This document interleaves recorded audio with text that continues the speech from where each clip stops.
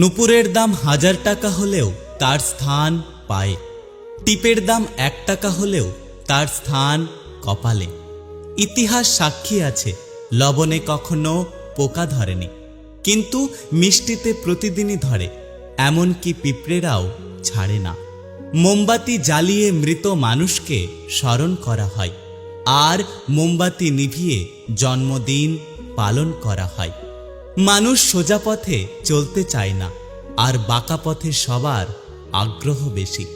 এই জন্য মদ বিক্রেতাকে কারোর কাছে যেতে হয় না, আর দুধ বিক্রেতা মানুষের দুয়ারে দুয়ারে ঘোরে।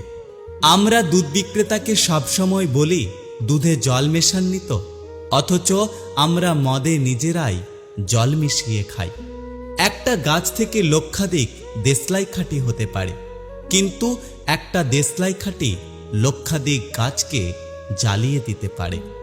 যখন বন্যা হয় তখন মাছেরা পিঁপড়েদের খায়, আর যখন জল শুকিয়ে যায় তখন ওই পিঁপড়েরাই মাছেদের খায়। সুতরাং সময় এবং পরিস্থিতি যে কোনো সময় বদলাতে পারে। বাড়ির মধ্যে সাপ ঢুকে গেলে আমরা তাকে লাঠি দিয়ে মারি, আর মন্দিরের মধ্যে সাপ দেখা গেলে তাকে আমরা পুজো করি, দুধ খাওয়াই।